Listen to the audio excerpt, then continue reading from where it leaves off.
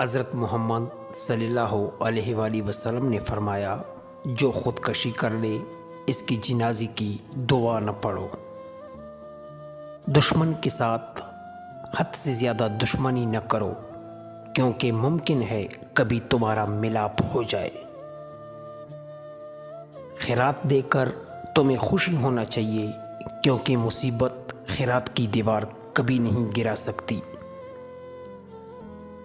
تمہیں کوئی خوشبودار پھول پیش کرے تو انکار نہ کرو، یہ بہت معمولی احسان ہے۔ تمہارا کہنا حسب خواہش نہ ہو تو اس کو برا نہ کہو۔ برا خواب شیطان کی طرف سے ہوتا ہے، لہٰذا برا خواب دیکھنے والوں کو چاہیے کہ وہ بیدار ہونے پر 3 دفعہ تھوک دے اور شیطان سے پناہ مانگے، پھر وہ خواب کسی کو نہ سنائے۔ اس طرح خواب کی اذیت سے محفوظ رہو گے۔ مزید کے بیدار ہونے پر کروٹ بدل لیا کرو۔ سچا خواب ایک قسم کی وحی ہے، تاکہ خواب دیکھنے والا اللہ کے حکم سے غافل نہ رہے۔ خواب کسی دوست یا دانا شخص کے سوا اور کسی سے بیان نہ کرو۔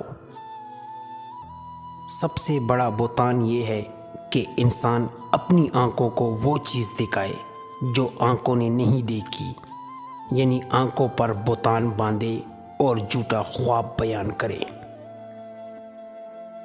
اچھا خواب اللہ کی طرف سے ہوتا ہے، لہٰذا جو کوئی شخص خواب دیکھے تو صرف اسی سے بیان کرے جس سے وہ محبت کرتا ہے۔ زیادہ سچا خواب صبح کے وقت کا ہوتا ہے۔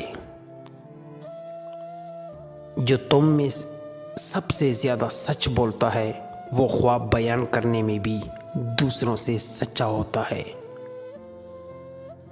جس شخص نے مجھے خواب میں دیکھا اس نے مجھ ہی کو دیکھنا، اسی لیے کہ شیطان میری صورت اختیار نہیں کر سکتا۔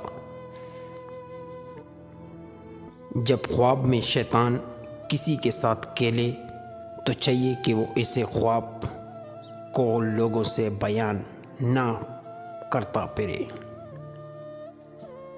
خوش خلقی پیدا کرنے سے ایمان مکمل ہوتا ہے۔ اعمال کے ترازو میں خوش خلقی سے زیادہ کوئی چیز وزنی نہیں۔ پل اس وقت تک فروخت مت کر جب تک کہ ان کی صلاحیت ظاہر نہ ہو جائے۔ لوگوں کی خدمت کرنے والا ایسا ہے کہ گویا تمام عمر خدا کی خدمت میں گزار دی۔ تمہارے مہمانوں کی تمام مقدمات کی وجہ آواری تمہاری ہی ذمہ ہے۔ عورتوں پر حق اپنے خاوند کے لیے اتنا ہے کہ وہ کسی غیر مرد کو اپنے بستر پر نہ آنے دے۔ خاوند جس بات کو ناپسند کرے اس کی مخالفت بیوی کو ہرگز نہیں کرنی چاہیے۔ خاوند کی اجازت کے بغیر بیوی کے لیے حج کو جانا درست نہیں۔